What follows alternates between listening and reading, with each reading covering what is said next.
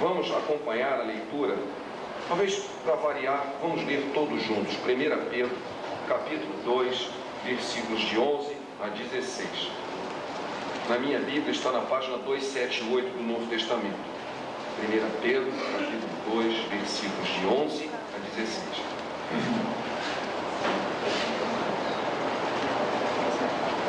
Vamos então? Amados, exorto-vos como peregrinos e forasteiros que sois, a vos absterdes das paixões carnais que fazem guerra contra a alma, mantendo exemplar o vosso procedimento no meio dos gentios, para que, naquilo que falam contra vós outros, como de malfeitores, observando-vos em vossas boas obras, glorifiquem a Deus no dia da visitação.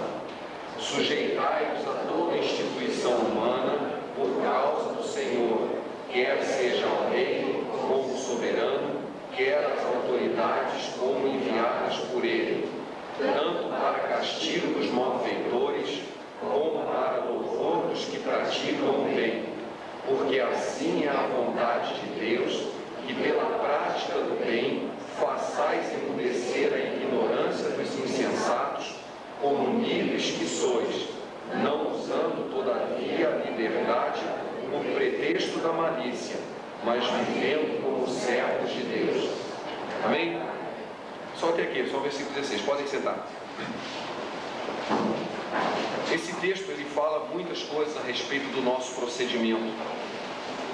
É interessante nós vermos que as nossas boas obras servem de testemunho de uma forma muito eloquente.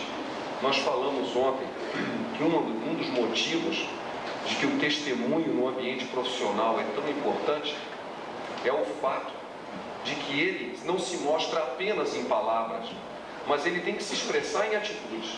Senão não adianta nada. Eu conheço até uma expressão, um adágio que diz o seguinte: as suas atitudes falam tão alto que eu não ouço o que dizes. Pensa bem o que está dizendo. As suas atitudes falam tão alto que eu não ouço o que dizes. Eu estou mais preocupado em ver o que você está fazendo, o que você está vivendo, do que o que você está falando. Tem que haver coerência. Eu vou voltar a isso mais adiante. Eu quero começar que a gente pense o seguinte: nós estamos estudando várias maneiras, abordagens diferentes de propagar o reino de Deus.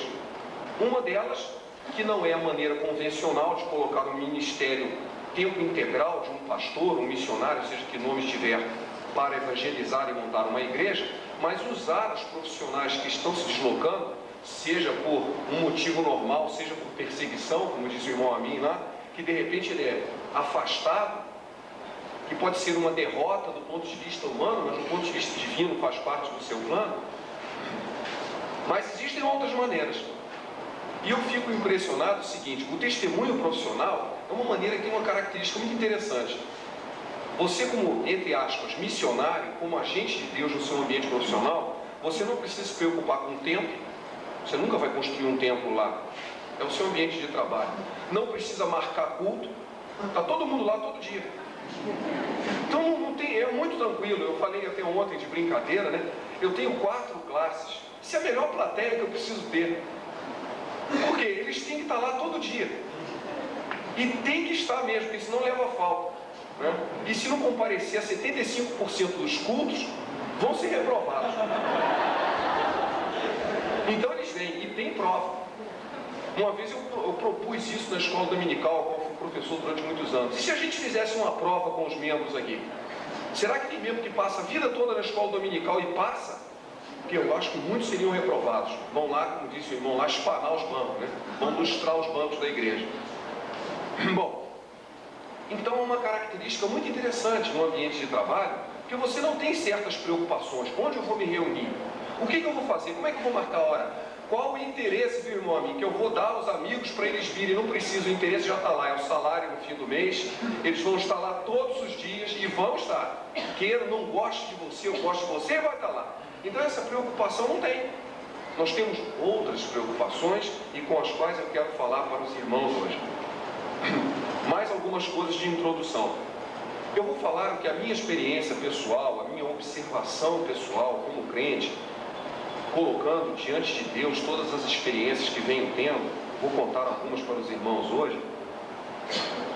Eu estou acostumado com um tipo de ambiente de trabalho, um ambiente acadêmico, ao qual eu dou aula já na faculdade há muitos anos, e também um ambiente de serviço público, com o qual eu sou funcionário também desde que me formei, antes como seletista, depois como funcionário público mesmo, regime jurídico único, e um ambiente de pesquisa.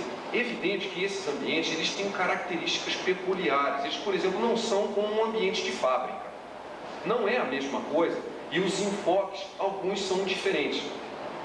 Mas as regras que vou colocar aqui, os pontos que quero ressaltar, as dicas, acredito eu que valem sempre, com determinado enfoque para o ambiente onde você está.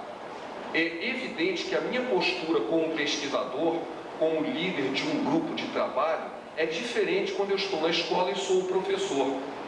Os alunos me veem como uma autoridade, meus colegas de trabalho me veem como um igual. Isso faz diferença no relacionamento.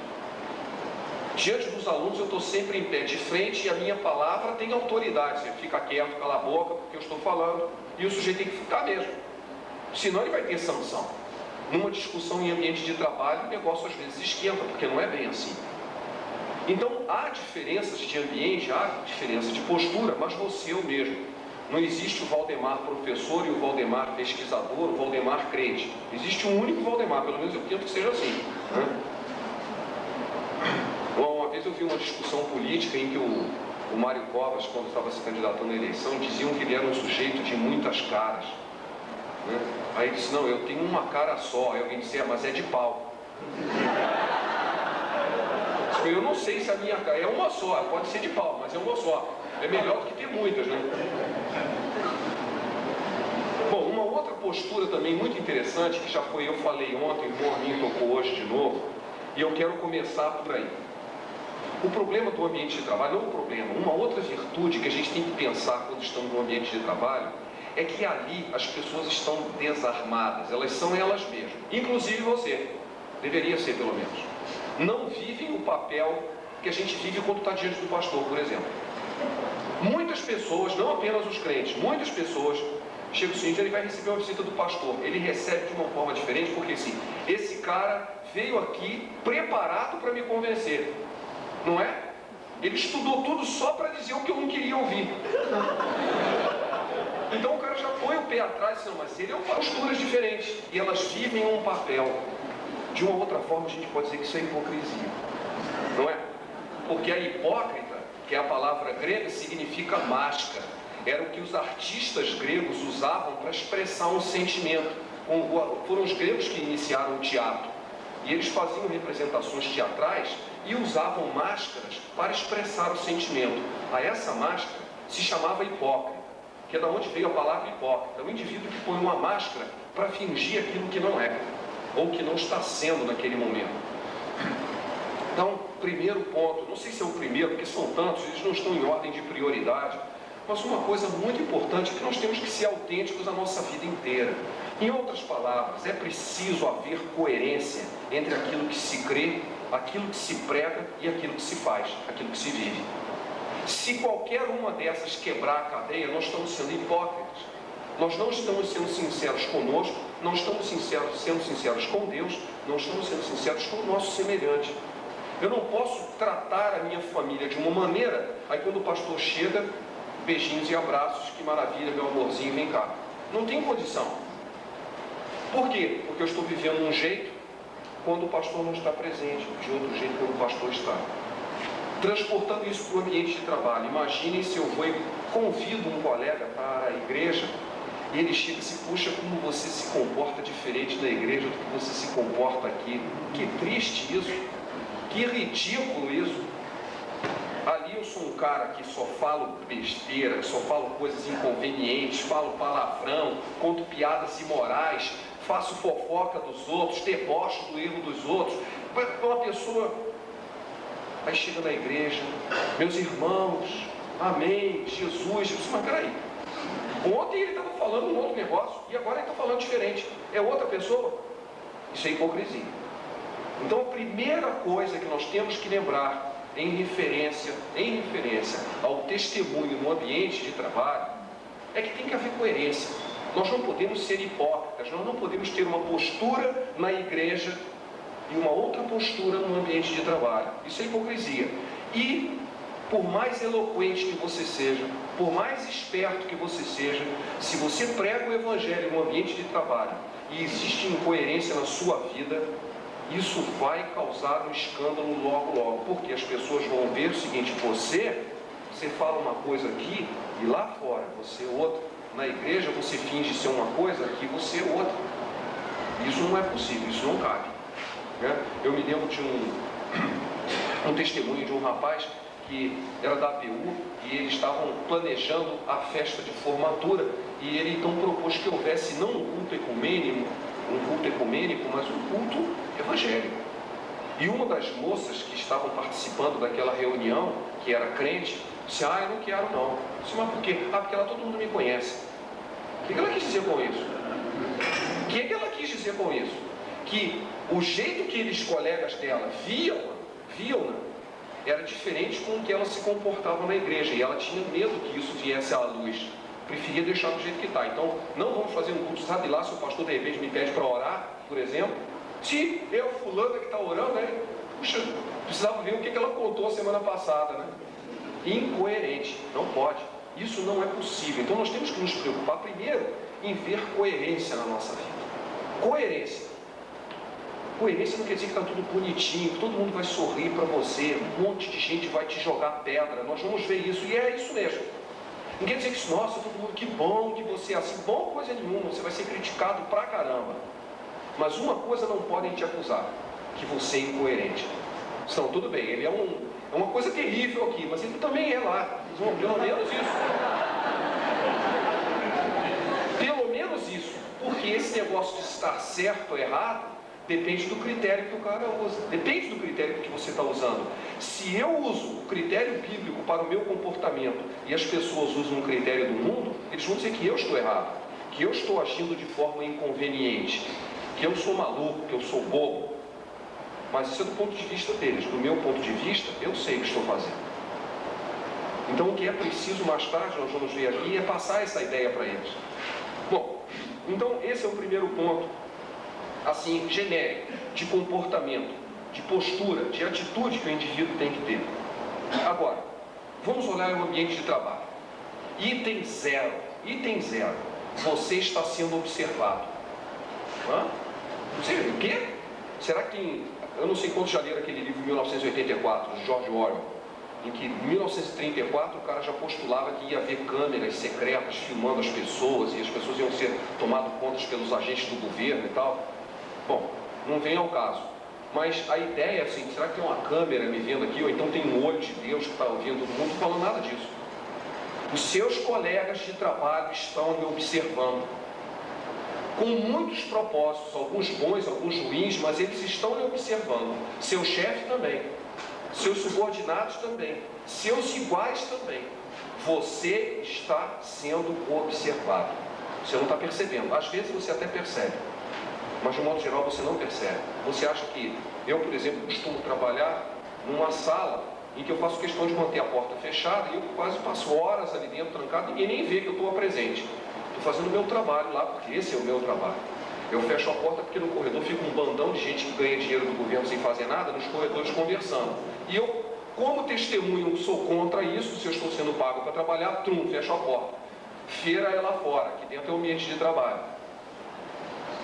Então eu não tenho contato com muitas pessoas, mas mesmo nesse caso, alguém chega assim: poxa, eu sei que você fica o tempo todo trancado nessa sua sala, não sei o que. Como é que ele sabe? Porque ele está me observando. Por que ele está me observando? Um primeiro, assim, impacto que eu tive com isso, pessoal, eu custei a aprender isso, viu? Não foi uma observação imediata, não. Por isso que eu quero compartilhar com vocês. Em 1985, quando eu me mudei para São José dos Campos, eu já tinha 6 anos e tanto já de experiência profissional, me formei em 78, e eu fui em 85 para São José, e eles estavam preparando a campanha de lançamento do segundo protótipo do Sonda 4, que era o primeiro grande foguete que o CTA produziu. E esse lançamento não foi na base de Alcântara, que é a atual base principal nossa. Era na base, o nome dela é esquisito, é Barreira do Inferno. Tá? E é por causa do lugar, praia, uma falésia, um negócio vulcânico, é meio esquisito, não é um ambiente meio estranho mesmo lá, meio feioso mesmo. Mas o nome da base é Barreira do Inferno e fica na cidade de Natal. A cidade de Natal é uma cidade lindíssima, extremamente promíscua e todo mundo adora ir para lá. Nossa, era uma festa a campanha de lançamento, porque cada um ia para lá, deixava a sua família e ia para Gandaia, direto.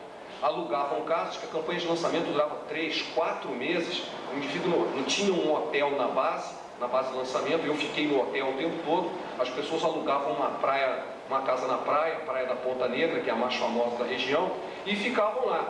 Então tinham os seus expedientes de trabalho e o resto ficavam fazendo o que não devia, ficavam na bagunça, ficavam arrumando mulheres, as mulheres arrumavam homens, e não tinha essa história de só os homens eram promíscuos, não, as mulheres também. E era uma bagunça, ainda era, infelizmente. Bom, eu fui lá com um observador, um recém-chegado, não tinha muito o que fazer, tinha todos os motivos para ir ficar na praia, porque eu não tinha uma atividade bem definida, eu estava lá para acompanhar, para ver como é que era, eu tinha que aprender, eu era um aprendiz ali, como é que se fazia uma campanha de lançamento, que é um negócio muito complexo, bastante complicado mesmo, e eu estava ali para aprender. O que eu fazia? Porque eu tinha sido designado para fazer, caramba. Eu ia lá e passava o dia inteiro atrás das pessoas, observando. Alguns nem gostavam muito. Quando eu voltei, o que aconteceu? Absolutamente nada, não aconteceu nada. Como era de se esperar, não aconteceu nada. Eu vi o lançamento do foguete, tirei um monte de fotos, fiquei todo feliz, etc. Funcionou tudo. Voltei para São José, assim que eu cheguei, a secretária, que não foi, chegou para mim assim: eu já sei que você se comportou muito bem lá. Como assim? Quem disse? Por que disse? Quem estava me observando? Eu era um recém-chegado e as pessoas queriam saber como eu me comportava. Quem é o fulano? Quem é o Valdemar? Quem é ele? Ele é do nosso time ou é contra? Qual a posição dele aqui no time? Ele vai para Gandaia ou não vai? Lembra da história que eu contei ontem do aluno que fica quietinho num canto quando está todo mundo fazendo bagunça? Ele é um perigo. Por quê? Porque ele está certo, os outros estão errados, ele tem autoridade para denunciar os outros. Se ele não vai para Gandaia, é um perigo, porque ele pode denunciar a gente. Porque se eu tivesse ido também, eu não podia denunciar, porque seria denunciado. É aquela história do rabo preso, né? O que quer dizer rabo preso? É porque eu tenho um rabo igual ao dos outros. Eu não posso querer pisar o rabo dos outros, porque eu também tenho o meu. Então vamos pisar o meu. Mas se eu não deixei o rabo, eu me tornei perigoso. Por quê? Se a qualquer momento ele pode nos denunciar. Ele viu, ele sabia quando eu saí e fui me encontrar com ele. Ele viu na praia. E olha, não era fácil, meus irmãos. Eu não quero dizer que todo mundo não presta. Eu estava sentado na praia e vi uma mulher sentando no meu colo. Eu nunca tinha visto uma mulher, só que com licença, empurrei. É desse jeito. Assim, é uma coisa impressionante, você não precisa fazer nada, você tem que olhar assim uma direção só, não pode olhar para o lado. Se você olhar para o lado, alguém pensa que você já está dando a dica. É uma situação impressionante. Eu já vivi essa situação outras vezes em situações bem piores. Na Rússia, por exemplo, em que os hotéis internacionais são invadidos de prostituição, elas batem na porta. E você tem que deixar a porta trancada, porque elas batem na porta, querem entrar. Você vai no restaurante, você tem que olhar para o prato de comida. Se você levantar o olho, chega-se alguém que quer sentar junto com você. É uma situação complicada. É uma situação complicada. Constrangedora às vezes. Constrangedora. E aquelas pessoas estavam participando disso. Queriam saber o meu comportamento daqui. Eu estava sendo observado, não sabia. Depois daquele momento eu comecei a ficar preocupado. Antes não me preocupava, graças a Deus também não tinha motivo para isso. Mas eu não me preocupava em perceber que as pessoas estavam me olhando. E estão olhando vocês também. Podem ter certeza, em qualquer ambiente de trabalho, você está sendo observado. Sim, agora tem que tomar cuidado. Não é sobre esse aspecto que você agora tem que agir certinho, porque senão alguém vai ver. Você tem que agir certinho, porque isso é a sua índole, ou deve ser a sua índole. Agora, preocupe-se em saber que tudo que você faz, parece até aquela frase que os americanos usam na polícia, pode ser usado contra você. Disse, moço, mas será que eu sou tão ruim assim? Não se trata disso. É que as pessoas usam isso para se defender. Esse é que é o detalhe. Se você age certinho demais, você coloca em risco uma estrutura corrupta. Isso é uma realidade que a gente precisa entender. Quando você age de forma honesta, você age de forma correta, você está colocando em risco uma estrutura corrupta e vai ser alvo dela. Como é que aconteceu lá com Daniel? Daniel, um homem íntegro, foi colocado numa posição alta, porque ele era um homem íntegro, honesto. Alguém chegou e disse, olha, está escrito em Daniel, não vou abrir aqui agora, mas os irmãos conhecem. Os inimigos dele fizeram uma reunião e disseram, nós não conseguimos achar nada contra esse homem, mas nós queremos destruí-lo. Então não se tratava dele estar errado ou não. Ele não estava errado, ele estava sempre certo. Mas os inimigos dele, porque queriam manter uma estrutura corrupta, queriam destruí-lo e precisavam achar um motivo para destruí-lo. Aí alguém disse, nós não vamos encontrar nada que não seja na sua religião. Pensem se isso não tem nada a ver com a gente. Nós não vamos conseguir encontrar se não for na religião deles. E arranjaram um jeito de dizer, olha, ele está orando contra a lei. E acabou dando um rolo lá, ele acabou indo para a cova dos leões. Porque ele está orando contra a lei. Arranjaram um jeito de colocar a lei exatamente para colocá-lo numa situação de ilegalidade. E ele enfrentou. Nós vamos abordar isso um pouco mais adiante. Mas o que eu quero dizer, isso tem essa conotação de que não é que você tem que ficar preocupado em ser certinho, porque isso é o nosso dever diante de Deus, que espera de nós uma santidade, espera de nós uma atitude correta.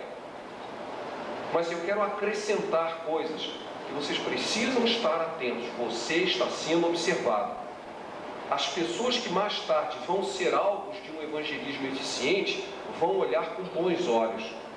As pessoas que estão se sentindo em perigo pela sua presença, e elas existem, eles vão estar procurando aonde te atacar. Por isso, cuidado. Não dê rabo para ser pisado. Porque vão pisar. Como disse ao irmão, não basta você estar errado, basta que digam que você está errado.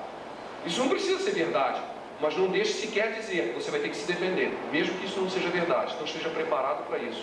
Você está sendo observado. Isso é importantíssimo. Lembre-se disso. No ambiente de trabalho, estaremos sendo observados o tempo todo, em nossa eficiência, em nossa seriedade, em nossa honestidade, em nossas iniciativas, as nossas disposições. E também uma coisa muito importante que falei ontem no meu último item, na maturidade das decisões. O seu chefe, se ele não fizer isso, ele está errado, ele precisa observar se você tem maturidade para enfrentar os problemas. A cada problema que você enfrenta, você pode estar ganhando muitos pontos. Mas, puxa, eu queria uma vida sem problemas. Será uma vida inócua e sem crescimento. Cada problema que você enfrenta e sobrepuja o problema, você está ganhando pontos. O seu chefe vai estar te observando, seus companheiros vão estar te observando e vão dizer, esse cara tem autoridade, ele conseguiu vencer um problema que eu, por exemplo, não saberia como enfrentar. Ele enfrentou e venceu. Você está conquistando a autoridade dos seus companheiros, porque você enfrenta os problemas com seriedade, com dedicação, com sofrimento, com angústias, com dúvidas, mas está enfrentando e está vencendo. Então você está conquistando o ambiente onde você está, às duras penas, é verdade, mas porque você está sendo observado. Se isso não fosse verdade, era independente que você fizesse ou não, basta distribuir uns folhetos, etc., mas não é nada disso. Você está sendo observado o tempo todo. E as pessoas querem avaliar o seu comportamento, às vezes com más intenções, como eu falei, às vezes com boas intenções. Querem observar se você está crescendo, se você tem algo realmente a dizer que vale a pena ser ouvido. Vamos voltar a isso já já. Um segundo ponto. Já passamos pelo ponto 0, agora o primeiro ponto. Não seja superficial. Não seja superficial. Às vezes algumas práticas de evangelismo que a gente aprende, elas têm o seu lugar em determinadas situações, mas que no ambiente de trabalho são muito superficiais. O cara chega lá no escritório, um monte de mesa, ele chega com uma cara bem séria, sou crente. Aí ele põe uma placa lá, o Senhor é meu pastor, nada me faltará, bem grande assim, sou crente. E aí começa a falar assim, dá licença, não fala essa piada suja não, porque o meu ouvido não é privada, sou crente. Essa postura é superficial, quando muito não é hipócrita. Essa postura é superficial. Por quê? Porque na verdade você colocou uma barreira e disse assim, olha, não me toquem, eu morro de medo de alguém me tocar porque eu sou crente.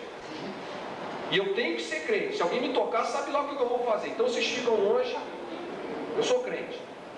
Isso é uma postura superficial. Você não precisa botar um versículo bíblico na sua mesa para dizer que é crente. Se for isso, coitado de você. Se para você dizer que é crente, você tem um versículo bíblico na sua mesa, pobre de você. Porque você não consegue espelhar isso de outra maneira? Não há uma outra maneira?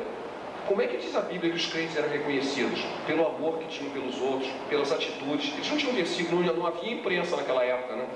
Não tinha versículo bíblico para sair distribuindo. Eles eram vistos pelas atitudes.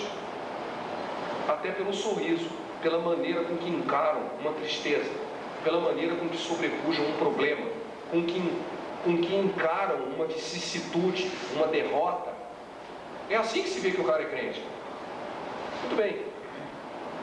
Mas acontece que nós temos que ter um testemunho, uma atitude que mostre profundidade e não superficialidade. O oposto de superficialidade é profundidade.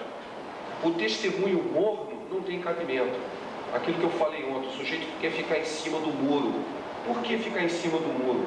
Eu não sei se é bom, se é mal, então é melhor eu não opinar. Isso, meu amigo, ficar em cima do muro é uma postura de defesa, uma postura que você não quer se comprometer. Eu não vou me comprometer, isso aí não é problema meu. Não se trata de se o problema é seu ou não, mas sim se a palavra de Deus tem alguma coisa a dizer sobre aquilo ou não. E eu sei que ela tem. E eu sei que ela tem. Essa que é a diferença. A palavra de Deus sempre tem algo a dizer sobre a situação que o homem vive. Como que eu não sou capaz de interpretar, ou deveria ser capaz de interpretar a palavra de Deus à luz das situações em que eu vivo no dia a dia? Se isso não for possível, é que eu fiquei igrejado. Eu só consigo entender a palavra de Deus dentro da igreja. Eu não consigo levar ela para o meu dia a dia e dizer, é assim que se aplica a vontade de Deus. Porque quando eu estiver fazendo isso, a vontade de Deus penetra no ambiente de trabalho. De uma forma profunda e não de uma forma superficial. Há muitas atitudes nossas que são atitudes defensivas, atitudes superficiais defensivas, do tipo que eu falei aqui de brincadeira de botar uma placa. Na minha sala tem versículo bíblico? Tem sim. Tem um pôster bem bonito com o Salmo 139, que eu adoro, né? Só que ele fica por trás da minha mesa, lá no topo. Quem entra não vê. Quem entra não vê. Se você senta, conversa comigo, não vê. Quando ele se virar, eu estou vendo. É para que eu veja. Ele está de costas para a pessoa. Quando ela se vira, tem um versículo bíblico. Ainda que eu tome as asas da alva, até ali haverá de guiar a tua mão. É muito importante isso. Um versículo bíblico profundo, uma paisagem bonita lá escondido. Eu olho para aquilo porque é para eu ver, não para os outros verem. Agora eles vão ver também. Tem uma Bíblia lá, fica mais ou menos escondida. Todos os dias de manhã, a primeira coisa que eu faço, eu chego mais cedo, pego a minha Bíblia, faço a minha meditação, a minha oração. Várias vezes, alguns colegas já me conhecem, batem na porta, estão de cara comigo, e não, opa, desculpa, volto mais tarde, fecha a porta. Sabe que aquele é o momento em que eu vou orar, eu vou pedir a Deus. A partir dali, fecha a Bíblia, vamos trabalhar. Por quê? Porque eu me lembro que li um comentário a respeito lá dos crentes americanos, e devido talvez até uma deturpação de visão, eles começaram a atrapalhar a linha de produção, porque queriam fazer uma reunião de oração toda hora, e os caras começaram a tirar os crentes da linha de montagem. Olha, tem hora para tudo, amigo, você foi pago para trabalhar. Ore na hora do almoço, ore antes de começar o expediente. Não use como desculpa o fato de que você está servindo a Deus para cometer um ato ilegal. Por isso que eu li o texto aqui, ó. Nós temos que estar sujeitos às autoridades, sujeitos às leis. Esse é o texto que nós lemos lá em Pedro, que acabamos de ler. O nosso bom procedimento passa pelo fato de nós estarmos dentro da legalidade. É claro que existem algumas leis que vão contra a vontade de Deus, mas elas não são tantas assim não, tá? Às vezes é muita desculpa. Nós podemos perfeitamente seguir as nossas leis e estarmos dentro da vontade de Deus. Trabalhar, por exemplo, é uma delas. Nós somos pagos para trabalhar, vamos trabalhar. Né? O horário de falar de Deus, tem horário. Se a pessoa te pergunta, você responde. Mas você quer fazer uma reunião de oração, não faça durante o expediente, faça fora. Isso é uma forma de testemunhar, assim, eu quero mostrar a minha fé, quero mostrar a minha convicção, mas eu não vou ser ilegal por causa disso. Eu não vou tirar os horários ou a hora de trabalho para fazer isso, deixa eu fazer depois. Essas atitudes mostram que você está levando a sério aquilo que está fazendo e que não está simplesmente botando uma capa. Há de se tornar um testemunho quente e não um testemunho morno, né? A gente já conhece de Apocalipse aquela palavra, assim, olha, Sabe por que eu estou contra você? Porque você é morno. Você não é nem quente, nem frio. E por causa disso estou a ponto de vomitar-te da minha boca. É uma figura forte, mas que diz muito para nós. Eu não posso ter um testemunho morno, em cima do muro. É um testemunho firme. Sim, é assim que eu vejo a palavra de Deus. E se posicionar. Bom, aí encadeia-se o segundo ponto. Se você quer realmente levar a sério a palavra de Deus, quer realmente não ter um testemunho morno, mas um testemunho profundo, surge uma crise. Espere problemas. Espere problemas. A impressão que dá, e às vezes a gente tem essa falsa impressão lendo a Bíblia, são porque os cristãos davam testemunho e caíam na graça de todo o povo. É verdade. Só que é incompleta essa verdade, porque caía na graça do povo que estava se achegando a Deus e se convertendo. Um outro povo perseguiu, o Império Romano queimou crentes, começou a matar os crentes, tanto assim que no próprio livro de Atos, que diz que caía na graça de todo o povo, também dizia que os crentes foram dispersos porque houve perseguição. Então isso é uma meia-verdade. Você testemunhando para as pessoas que vão se chegar a Deus, você vai cair nas graças, mas para os outros você vai levar chumbo. Vai ter problemas. Vai ter problemas. É impossível um testemunho autêntico e genuíno que não traga problemas. Mas como eu tenho que ser crente, tenho que estar de bem com todo mundo. Falso. Você jamais vai estar de bem com todo mundo. Sabe por quê? Muito simples. Porque a Bíblia diz que o mundo jaz no maligno. É de se esperar que alguém que esteja nesse mundo e que não esteja sob o domínio do maligno e queira levar a sério a palavra de Deus, vá enfrentar oposição, vai enfrentar problemas, vai causar problemas. Eu não tenho que ter medo de causar problemas, porque os problemas são necessários. Comentei sobre isso ontem rapidamente, mas os problemas são necessários para resolver determinados problemas que às vezes até assolam não apenas aquela empresa ou a vida de algumas pessoas daquela empresa, mas também até mesmo a sociedade como um todo. Há uns exemplos bíblicos sobre isso. Crentes que, ao darem o seu testemunho, causaram sérios problemas e tiveram sérios problemas, inclusive na sua vida física. Estevão foi um deles. Pregar tanto, começou a ter um poder tão grande de pregação, evidente que muitas pessoas se converteram por causa disso, mas aquelas pessoas que não se chegaram a Deus ficaram tão iradas com a pregação de Estevão que o mataram. Jeremias também foi assim. Ele começou a pregar e ele começou a perturbar o rei, dizendo: olha, o reino vai ser destruído porque vocês estão em pecado. Jogaram ele dentro de uma cisterna para morrer. Por quê? Porque ele estava incomodando ao pregar a palavra de Deus, ao ir contra as coisas que estavam erradas, a denunciar o erro. Ele quase morreu e acabou sendo levado cativo. João Batista também. João Batista foi lá e começou a implicar com o governador, dizendo: olha, você está possuindo a mulher do seu irmão, isso é adultério, você não podia fazer isso. Como? Ele começou a pregar e pregava, embora o homem ouvisse de boa mente. Diz o texto que ele ouvia de boa mente. Puxa, não é que ele tem razão, esse cara ele está me perturbando aqui, mas ele tem razão. Mas a mulher dele não gostou. Na primeira oportunidade, arrumou um jeito de mandar matá-lo. E cortaram a cabeça de João Batista por causa disso. Já citei aqui o caso de Daniel. Jogaram ele na cova dos leões porque ele levava a vida com Deus a sério. E ele não quis mudar isso. Um caso mais crítico ainda é o caso dos 3 amigos de Daniel, né? O Misael, a gente conhece mais o Sadraque, Mesaque e Abednego, que era o nome dos 3 lá, mas só que lá na linguagem persa.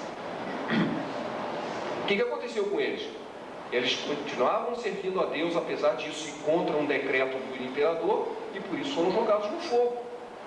Então, meus irmãos, não adianta a gente ficar com aquela ideia de que crente é aquela pessoa, assim, nossa, mas aquele crente, ele é tão bonzinho, ele é tão maravilhoso, está sempre sorrindo, que maravilha, vamos bater palma para ele. Não, não vão bater palma. Não vão bater palma para vós.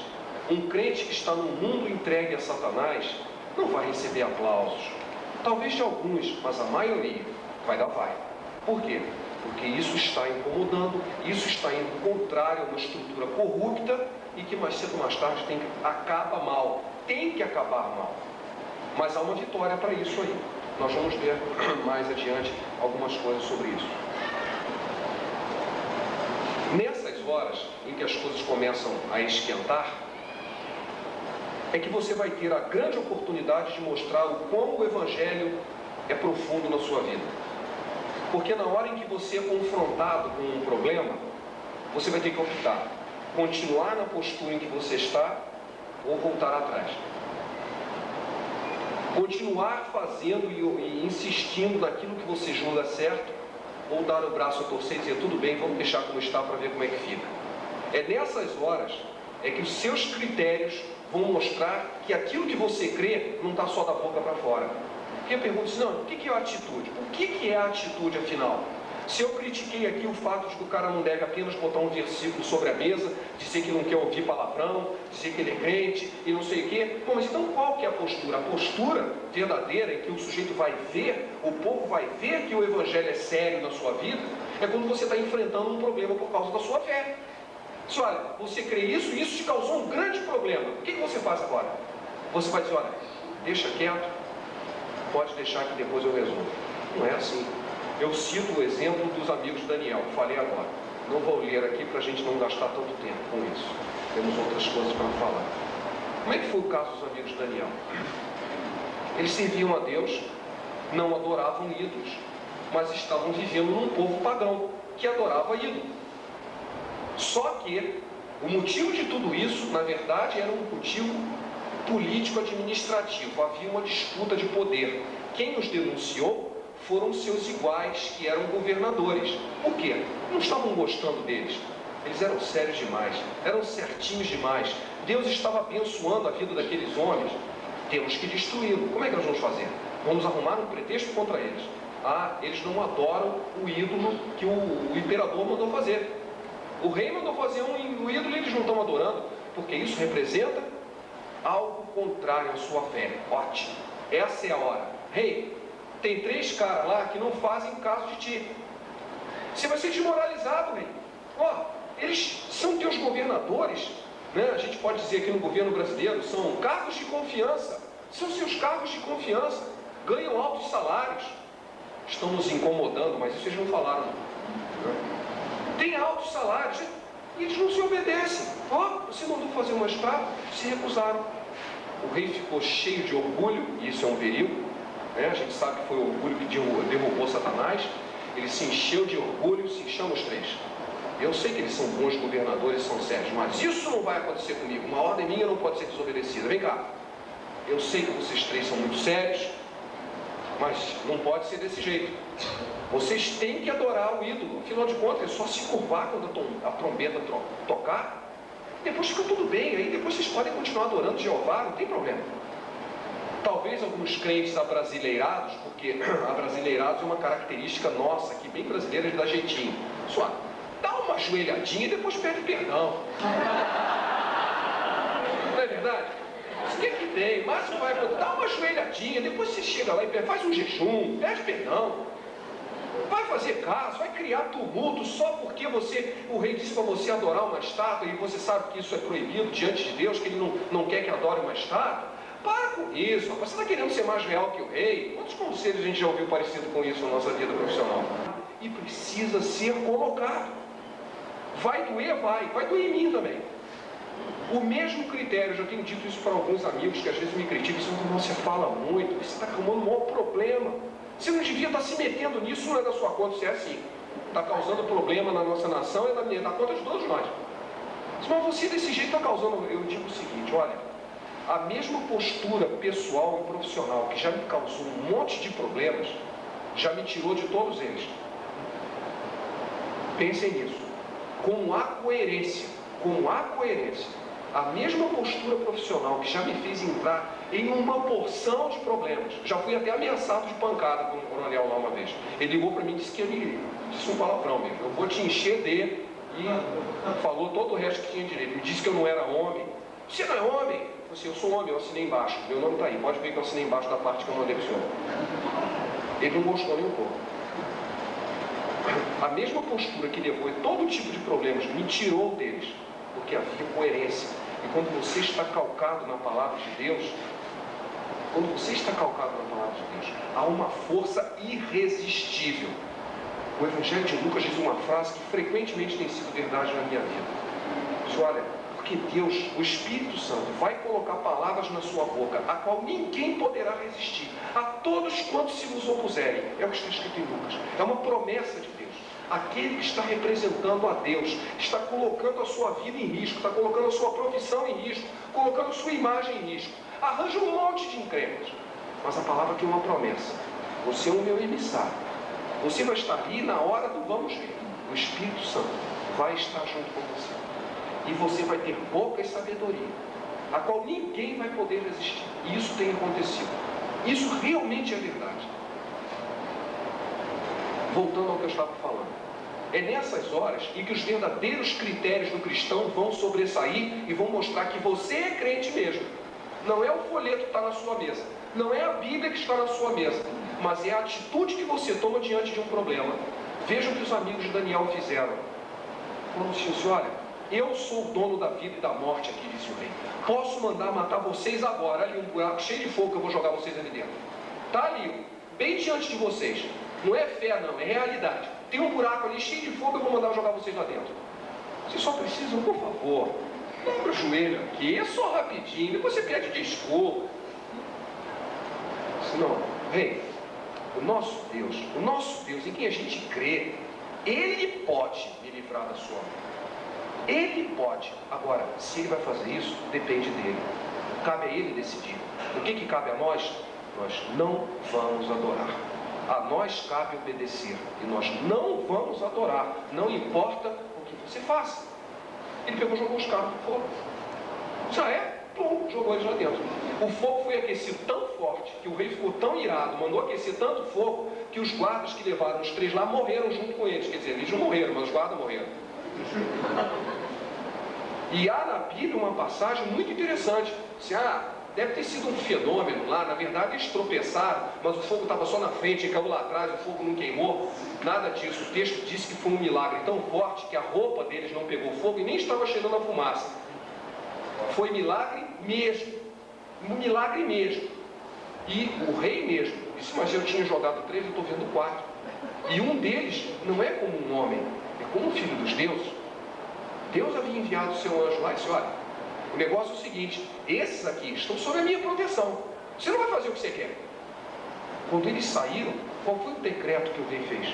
Disse, olha, foi incrível, alguém ousou me desafiar pela fé em um Deus. Não é um Deus qualquer.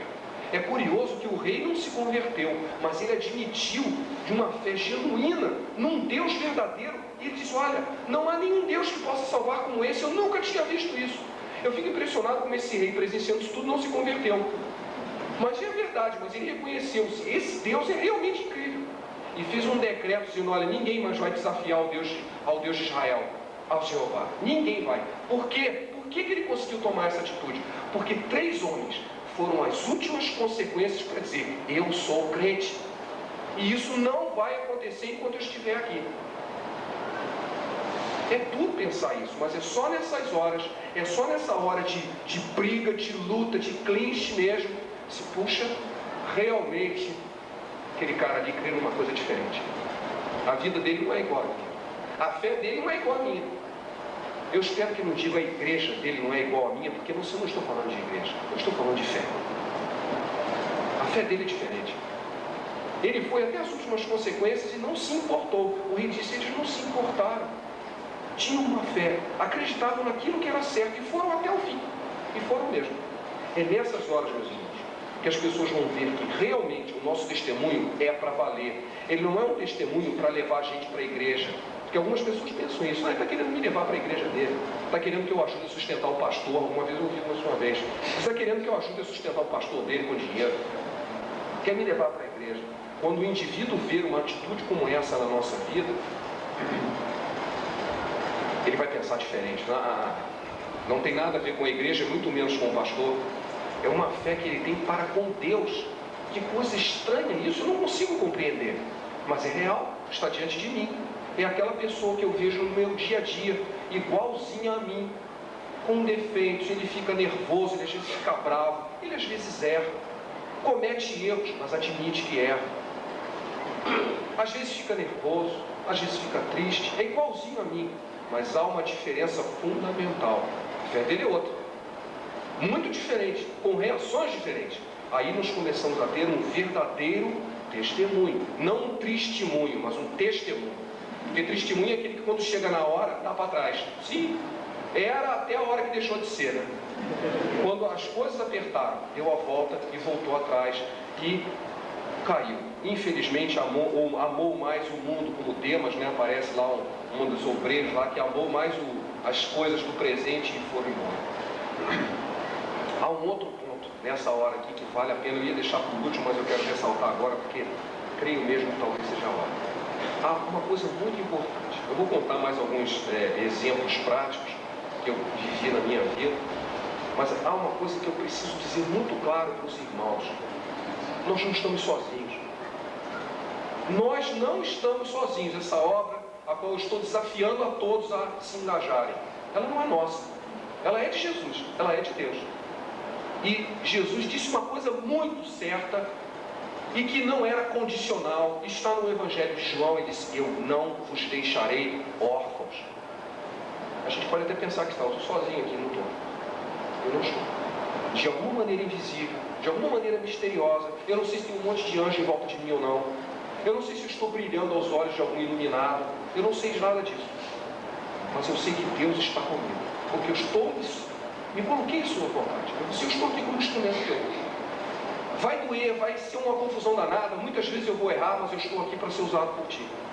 Nós não estaremos nunca sozinhos. O Senhor Jesus disse isso. Aliás, ele disse isso ao terminar o Evangelho, disse: eis que estarei convosco todos os dias até a consumação dos céus. Eu não estarei convosco todos os cultos. Estarei convosco todos os domingos. Estarei convosco todos os dias até a consumação dos céus. Eu lhes dei ordenanças, vocês vão ter que ir enfrentar o mundo e pregar o Evangelho. E eu vou estar com vocês.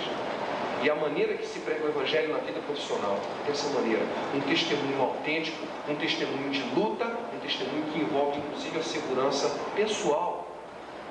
Eu já tive em risco a minha segurança pessoal várias vezes para cumprir a minha função de trabalho.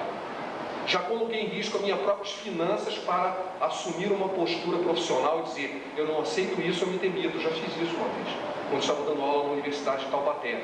Os alunos de lá mandavam na faculdade, não queriam estudar e queriam passar. Eu, quando percebi isso, o curso lá era de 1 ano, no primeiro tinha uma turma complicadíssima. A turma tinha 110 alunos, 40 eram dependentes. Você imagina que turminha boa essa. Quando eu dei a primeira prova, foi um arraso. A prova era bimestral. Eu falei: eu vou ter problemas com essa prova. Mas com um pouco de discernimento, vão me oferecer a ajudar, vou dar trabalhos. E comecei a fazer chamada. Porque lá era o seguinte: você assinava. Na primeira chamada que eu fiz, tinha 27 assinaturas falsas. Ou seja, 27 pessoas não estavam presentes, mas seus nomes estavam escritos na lista. E era a época do PC Farias e tal. Eu disse: olha, temos aqui uma escola de PC Farias. Já estão fazendo um cursinho para serem vigaristas no futuro, né? Quem sabe não vão fazer uma pós-graduação e ser grandes trambiqueiros. Começaram assinando em falso a lista de chamada. E risquei todos. A partir dali eu comecei a fazer chamada. O que aconteceu? Como eles tinham um limite mínimo de faltas, uma grande parte da turma ia ser reprovada sem sequer fazer prova. Aí desistiram do curso, a classe caiu para 60 alunos. Né? Quer dizer, 50 desapareceram só quando eu comecei a fazer chamada. Esses mesmos 50, que nem apareciam na aula, ao terminar o curso, foram ao reitor e disseram: nós não queremos mais fazer a cadeira com o professor Valdemar. E inventaram um monte de mentiras a meu respeito. Quando chegou no semestre seguinte, o coordenador me tirou da cadeira e disse: não, o professor é muito bom em outra matéria, mas os alunos não quiseram. Eu disse: que alunos não quiseram? Os que foram aprovados? Com certeza não, esses gostaram, foram aprovados. Os reprovados, depois eu percebi, não foram os reprovados, foram os que nem fizeram prova, aqueles que já tinham abandonado, porque sabiam que não iam ter chance. E o coordenador admitiu. Eu falei assim: eu não aceito isso, porque se eu aceitar, eu vou estar desmoralizado como professor. Eu jamais vou ter cara de entrar na sala para dar uma aula, sabendo que os alunos relapsos, os alunos que estão agindo mal, estão inclusive contra as leis que a própria faculdade estabeleceu, podem colocar e tirar o professor. Eu não posso aceitar isso. Não, mas compreenda, não sei o que, a gente dá um jeito, volta no ano seguinte, você fica esse ano sem dar aula, volte no ano seguinte. Ofereceu várias alternativas. Eu disse: não, eu prefiro me demitir. Quero a minha demissão.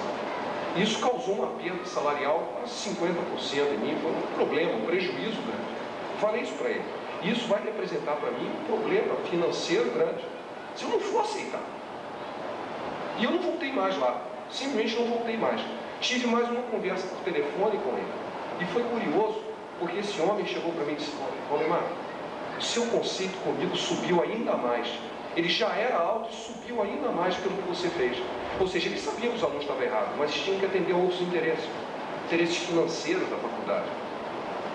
Senhora, se eu tivesse no seu lugar, eu teria feito o mesmo. Eu fiquei com vontade de dizer: mas você está no meu lugar. Mas aí eu falei assim: olha, deixa quieto, deixa eu tomar a decisão, tá bom, muito obrigado. Nunca mais vi esse homem. Porque ele podia ter dito não. A verdade é que ele foi hipócrita. Embora estivesse com o coração tocado pela atitude, ele foi hipócrita, ele foi covarde, talvez não hipócrita, foi covarde.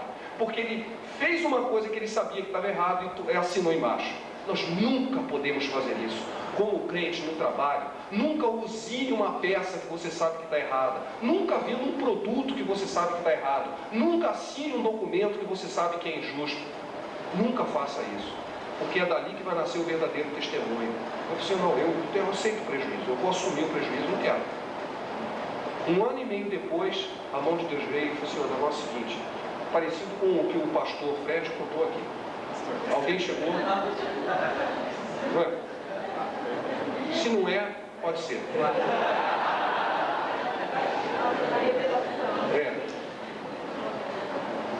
Diz que preconceito é assim, né? Diz que, nossa, passou um carro fazendo um monte de barbeiragem, só podia ser mulher ao volante.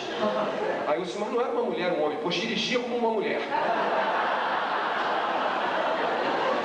Bom, se não era, ele se comporta como tal.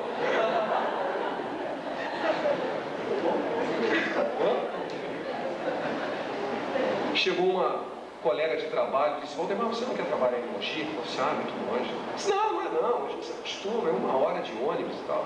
Me dá o seu currículo aí. Já tinha ele pronto, impresso, eu dei. 2 dias depois eu estava dando aula. 2 dias, não 2 semanas. 2 dias depois eu já estava dando aula, eu estava começando o semestre, estavam precisando de um professor e me convidaram. Isso foi já mais de 4 anos atrás. E o que aconteceu? Que nessa faculdade, que é muito mais séria, tem lá os seus defeitos, como qualquer outro lugar, eu passei a ganhar muito mais, passei a ser respeitado, os alunos, que bênção! Se eu tivesse continuado na Unital até hoje, estaria amargando o mesmo tipo de comportamento dos alunos, sendo desprestigiado, tendo que dar uma aula desmotivado. Mas quando mudei de lugar, fui mais bem reconhecido e hoje eu posso fazer um trabalho que me dá um grande prazer.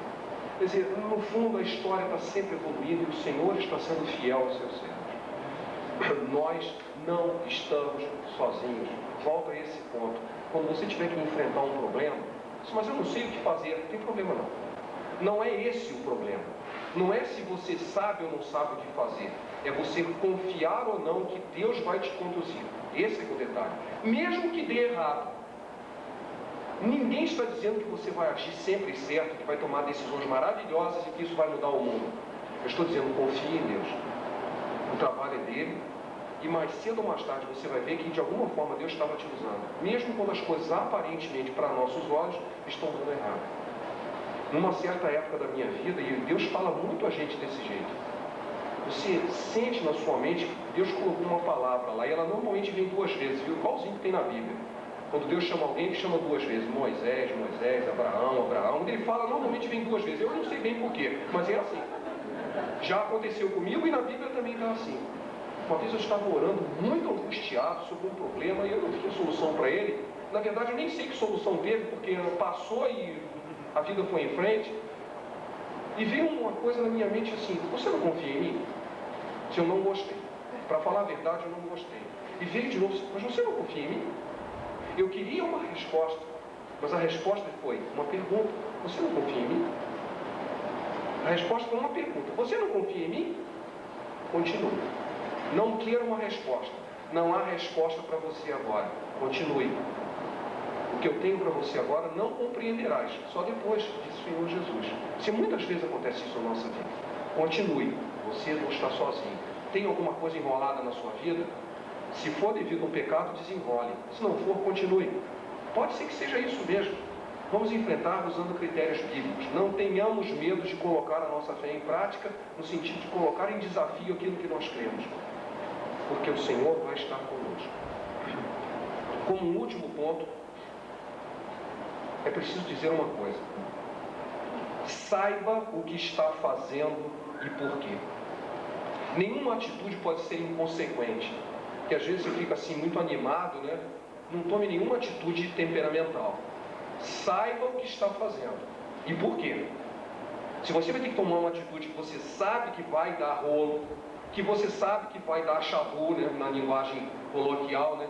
Vai dar alguma coisa errada, saiba o que está fazendo. Não saia falando e querendo fazer as coisas assim, porque isso é inconsequência e irresponsabilidade. Saiba o que está fazendo e por quê. Mesmo porque a palavra de Deus diz que as pessoas vão lhe perguntar o porquê da razão de tanta esperança, e você deve estar pronto a responder, diz o apóstolo Pedro. Eu li no mesmo livrinho que li aquela ilustração do menino com o rato, eu li uma coisa muito interessante, e aquilo tocou muito no meu coração, e eu quero compartilhar com os irmãos.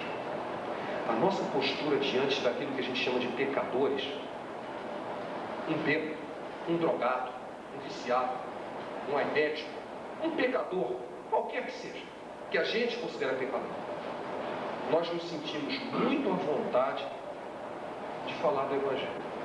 Agora, há uma autoridade, ao nosso chefe, ao dono da empresa, ao ministro, ao presidente da República, nós olhamos com outros olhos. Por quê? E o comentarista desse livro que li, ele coloca uma coisa dura de engolir, mas que provavelmente é verdade.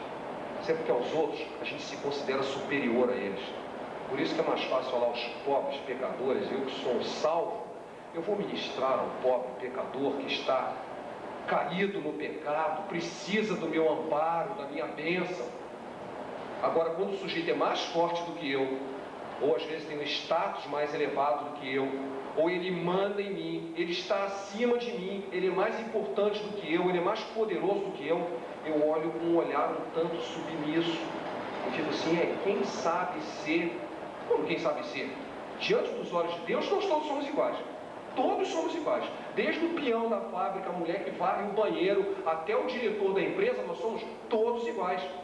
E carentes do amor de Deus, carentes da graça de Deus, é o que diz Romanos. Nós todos somos pecadores e carentes da graça de Deus. Não tem essa de eu me considerar um superior ao sujeito que é um pecador, coitado, que veio à igreja porque está precisando do amor de Deus. Nós vamos estar nos colocando igualzinho à história do fariseu que Jesus contou, que foi ao templo e disse, Senhor, muito obrigado. Porque eu não sou como esse pecador aqui. Eu sou crente, eu sou feliz, eu sou um servo fiel, eu sou isso, eu sou aquilo. Graças a Deus por isso, que você está se louvando a si mesmo, enquanto o pobre coitado chega lá e diz, Senhor, ser propício a mim, pecador, estou perdido aqui, não sei para onde eu vou. Só que tem um detalhe, esse pecador pode ser o teu chefe.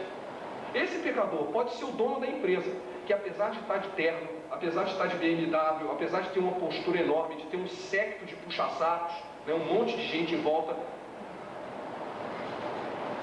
ele está tão carente da graça de Deus quanto qualquer outro. E precisa ser confrontado com os seus pecados como qualquer outro. Precisa do amor de Deus como qualquer outro. Quem percebeu isso foi João Batista. Ele pregava aos pobres, aos pecadores, chamou os fariseus de hipócritas. Disse, não, vocês são raça de víboras. O que vocês estão vindo fazer aqui? Ele estava pregando a pecadores, daqui a pouco ele estava lá no palácio pregando para o ministro, não o rei do local, mas para o governador. Ele pregava para os pobres, pregava para o governador também. Claro que isso custou a vida dele. Custou. É isso aí. Esse é o preço. Ele foi pregar lá. Por quê? Porque o governador era tão pecador quanto qualquer outro. Porque ele precisava tanto da graça de Deus como qualquer outro. E ele não teve medo. Isso é uma coisa importante que a gente precisa ver. Será que a gente não tem um certo, vou dizer preconceito, mas um certo orgulho? Eu sou crente. O coitado lá, ele está com problemas na família, vamos orar por ele. Quando eu assumo essa postura, eu estou tomando uma postura de grandeza, de superioridade. Quando a gente toma uma postura de amor, coitado, eu me sinto junto com ele, eu estou sofrendo junto com ele, coitado, vamos orar por ele, vamos acudir, vamos visitá-lo. Essa postura dentro do ambiente de trabalho, ela se espelha quando você consegue mostrar claramente que uma coisa é o trabalho, a outra coisa é a pessoa, que você está interessado na pessoa. Você pode criticar o trabalho dela, mas amá-la como indivíduo. Não é fácil. Não é fácil. Um programa de televisão antigamente fazia uma piada com isso, dizendo: criança sofre, né? A mãe chegava, você tem que tomar banho, você tem que dar, rapaz. Isso aí ele dizia: criança sofre. Mas eu faço isso porque eu te amo, e dava uma escovada no moleque. Criança sofre. Por quê? Porque às vezes a maneira de nós demonstrarmos que nós queremos o bem daquela pessoa, para ela pode parecer o mal. Você está dando uma escopada nela, né?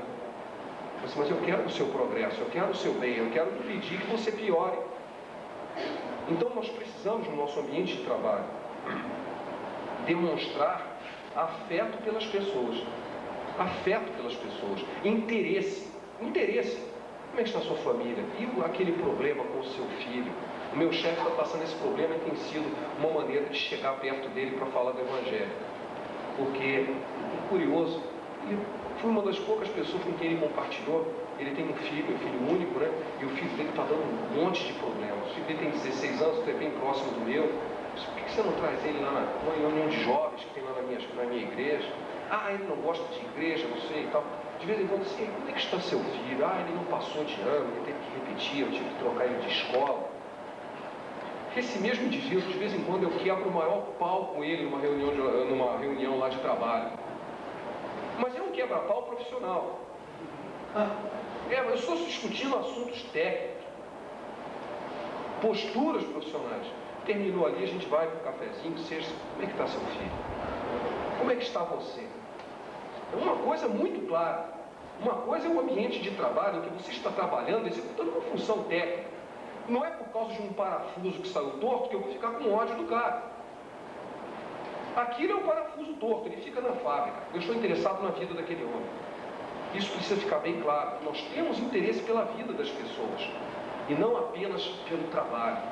Nós estamos ali para testemunhar, não a mesas, a cadeiras, a computadores. Nós vamos testemunhar a pessoas e nós precisamos amar essas pessoas. Mas eu quero voltar ao ponto que eu parei, que isso aqui foi um parênteses. Quero voltar ao ponto que eu parei sobre nós precisamos saber o que estamos fazendo. Ter certeza disso. Se nós não soubermos isso, na hora do clinch, na hora do problema, você vai balançar. Será que eu devo fazer? Será que eu tinha convicção daquilo que eu queria? Era isso mesmo que eu afirmei? Que alguém foi e colocou você e disse: olha, confronta isso que você disse. É verdade? Você assume? E eu tenho que saber o que eu estava fazendo.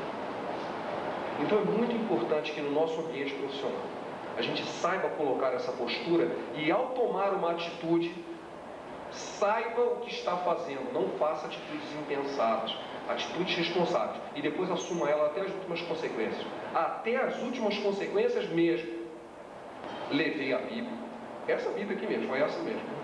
Levei a Bíblia e li o capítulo de Daniel, aquele que eu fico sempre citando dos 3 amigos de Daniel. Juntei o bandão, era um laboratório, não era um auditório como esse, o pessoal ficou sentado em cima das bancadas, na cadeira e tal, eram mais de 20 pessoas. Eu reuni todo mundo para me despedir, mas antes de me despedir eu li o texto de Daniel e disse o seguinte: olha, eu não sei se vocês encaram que isso é uma história da carochinha. Para mim não é, mas eu queria extrair uma coisa, queria fazer uma comparação do que está aqui. Vocês estão vendo, 3 homens foram obrigados a fazer uma coisa que eles julgavam errado. E eles não aceitaram. E eles pagaram o preço de não aceitar. Eu vou fazer a mesma coisa. Estão por colocar um ídolo de ouro para ser adorado aqui nessa divisão e querem que eu me ajoelhe e adore. Eu não vou fazer isso. Eu acho que isso está errado. E estão me jogando no fogo. Bom, eu aceito ser jogado no fogo. Eu não vou fazer isso. E por isso eu estou pedindo exoneração. Eu agradeço a participação de vocês. Quero me despedir agora. Isso para mim provavelmente encerra minha participação aqui no programa espacial, a qual me preparei a vida toda para isso. Eu não contei para vocês, mas eu me preparei a vida toda para isso. Desde o vestibular já estava me preparando para participar do programa espacial. Estudei a minha vida toda para isso. Isso para mim encerra aquilo que era o meu objetivo de vida. Só que está aqui nas mãos de Deus. Esses rapazes disseram uma coisa, que Deus pode mudar a situação. Como? Não tenho nenhuma ideia. Mas Ele pode, se Ele quiser. Mas se Ele não quiser, eu vou fazer igualzinho que eles fizeram. Eu não sei o que vai acontecer. Vocês são testemunhas do que vai acontecer. Fechei a Bíblia Fui embora. Isso foi há 10 anos atrás. Vocês imaginem o que aconteceu?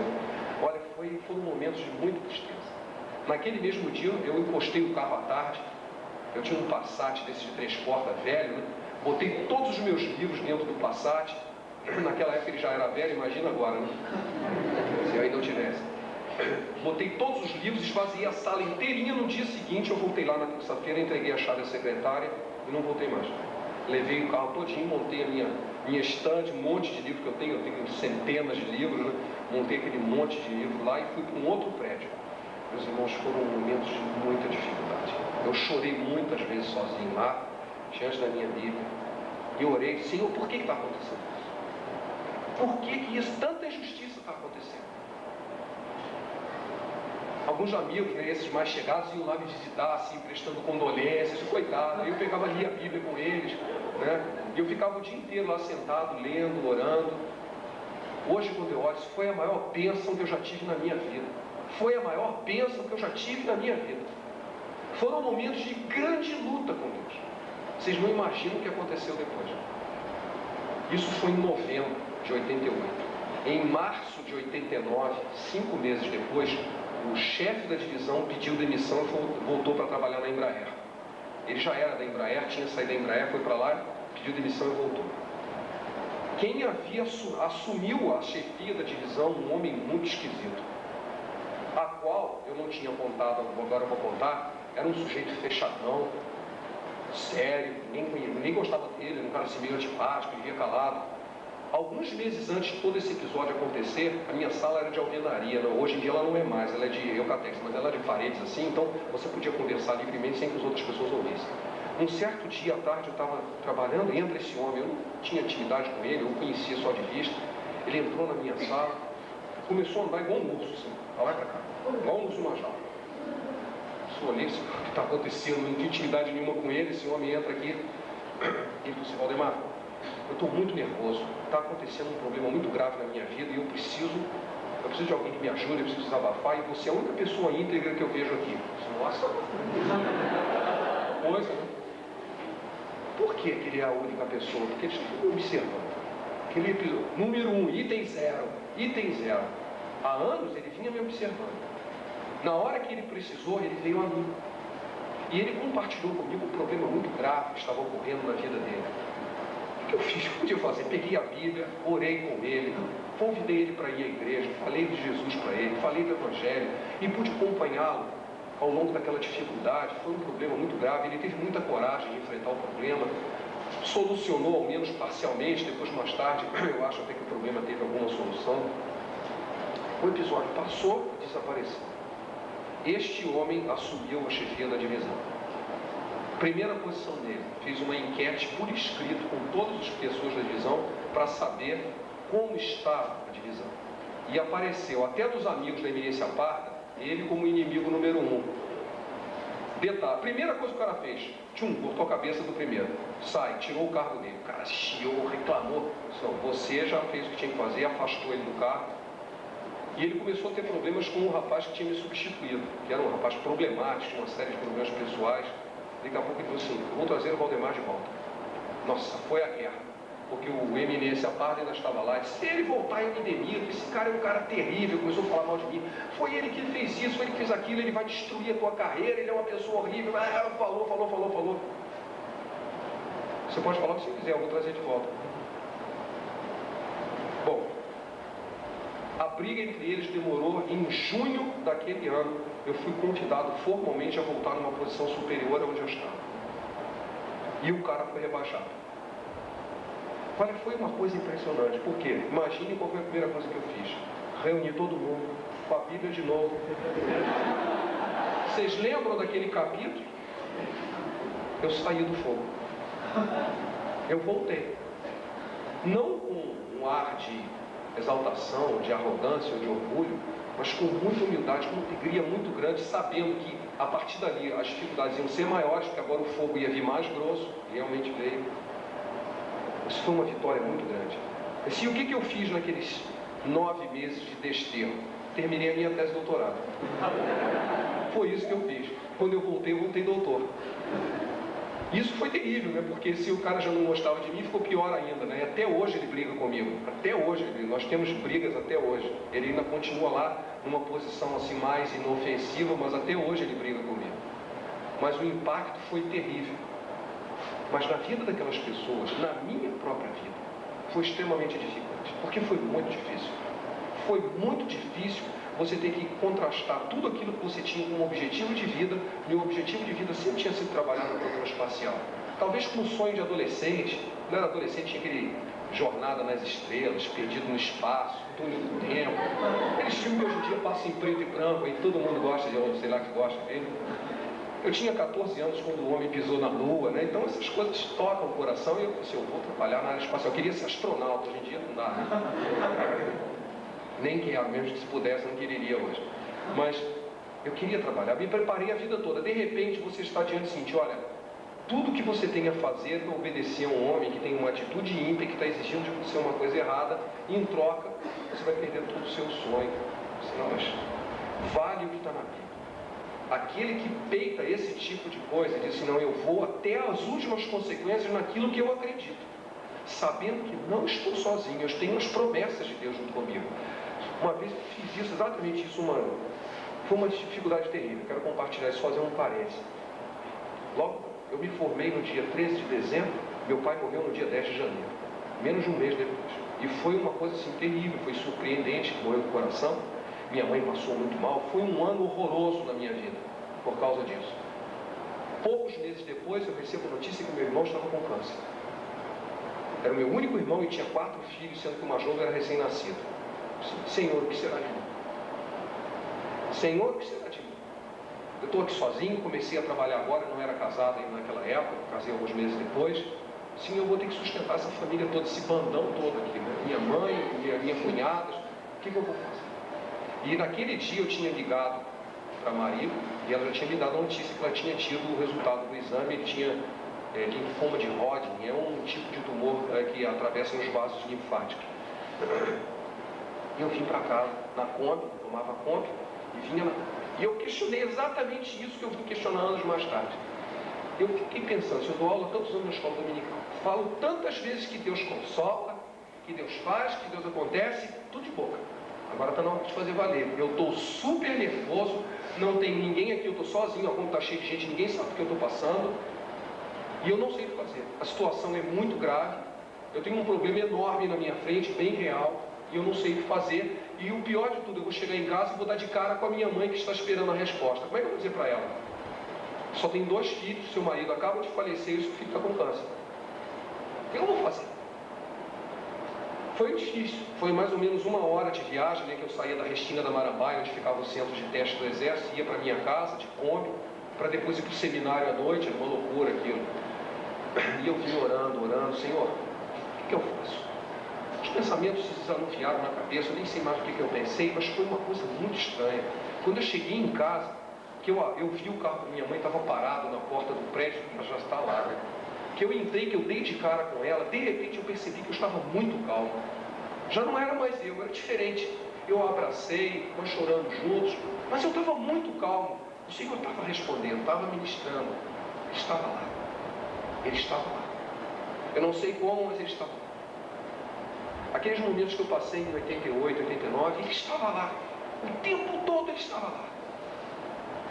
Foi uma luta enorme. Quantas dificuldades. Quantas crises você dizia, mas eu tenho essas alternativas, qual eu vou escolher? Por que eu tenho que me esbarrar tanto? Por que eu tenho que brigar tanto? Por que eu tenho que fazer tanto? Os amigos de Daniel devem ter pensado a mesma coisa, porque eu acho que nem tempo eles tiveram de pensar, né? O fogo já estava na frente deles. Ou vocês vão para cá ou vou para lá. O que eu vou fazer? Eu me lembro sempre disso, por isso eu faço questão de pregar. Numa hora dessas, lembrem-se, nós não estamos sozinhos. Numa hora dessa, que o verdadeiro testemunho vai aparecer. Pode ser que as pessoas não saiam se convertendo maravilhadas. Ninguém está dizendo isso, porque isso é um problema entre elas e Deus.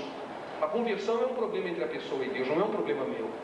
Mas eu posso dizer o seguinte, um verdadeiro testemunho de fé foi dado. E elas viram, essas pessoas viram e viram mais do que palavras. Viram atitudes e principalmente ações de Deus que consertou o problema. E como diz lá o rei, que socorreu os seus servos que confiaram nele. que realmente deu alento na hora certa, deu força. Hoje em dia, quando eu olho esse episódio 10 anos atrás, foi a melhor coisa que aconteceu na minha vida. Hoje em dia eu tenho um posto mais elevado, consegui fazer uma porção de coisas. Hoje em dia eu sou cadastrado no CNPq, tenho direito de pedir financiamento em meu próprio nome, porque sou um chefe de pesquisa, tenho títulos, tenho trabalhos. Tudo porque eu consegui 9 meses de desterro para terminar o trabalho que eu não consegui terminar antes. Foi terrível, mas foi abençoado pra cá. Eu fico pensando, é evidente que isso é uma experiência pessoal, não estou dizendo que vai ser assim na vida de todos. Mas os passos são os mesmos. Nosso Deus é o mesmo. As intenções dele são as mesmas. Ele está esperando que nós ajamos como devemos agir. E ele vai fazer a parte dele. Vai manter-se fiel. Ele é fiel sempre, mesmo quando nós somos infiéis, está falando. Ele vai manter-se fiel. Está procurando pessoas que não tenham medo do fogo. Está procurando pessoas que falam, pode me jogar. Está errado, eu vou resolver, se tiver que depender de mim, eu vou fazer o certo, não interessa que você esteja fazendo errado, eu vou fazer o certo. Doa quem doer, eu não gosto de usar essa expressão, porque parece que um presidente andou usando aí, se ferrou, né? Eu acho que ele estava falando só da boca para fora, estou falando sério. Gostaria de deixar um versículo com os irmãos, para terminar. Eu sei que eu passei da hora, eu falei assim, será que eu vou conseguir falar 1h30? Eu falei 1h45, vocês não perceberam, mas eu falei. Acho que não perceberam, não sei, quantos dormiram, né? Gostaria de deixar 2 versículos. Um é 1 Coríntios 15, 58.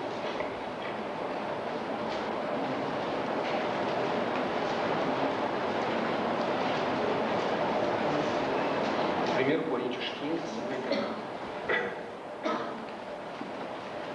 Diz assim, portanto, meus amados irmãos, sede firmes, inabaláveis e sempre abundantes na obra do Senhor, sabendo que no Senhor o vosso trabalho não é vão. No Senhor o nosso trabalho nunca é vão. Não é só não é vão, nunca é vão. Que a palavra de Deus sempre vai e faz aquilo que foi designado. Ela nunca volta vazia, diz o texto de Isaías. Gostaria também de deixar com os irmãos, como não podia deixar de ser, um texto de Daniel, né, que é o meu livro favorito do Velho Testamento. Daniel capítulo 12. O anjo está falando a Daniel, e nas palavras finais ele diz o seguinte, em Daniel 12, 3. Os que forem sábios, pois, resplandecerão como o fulgor do firmamento, e os que a muitos conduzirem à justiça, como as estrelas, sempre e eternamente. No versículo 13, o anjo dá o último recado a Daniel, diz assim, tu, porém, segue o teu caminho até o fim, pois descansarás e ao fim dos dias te levantarás para receber a tua herança. Amém?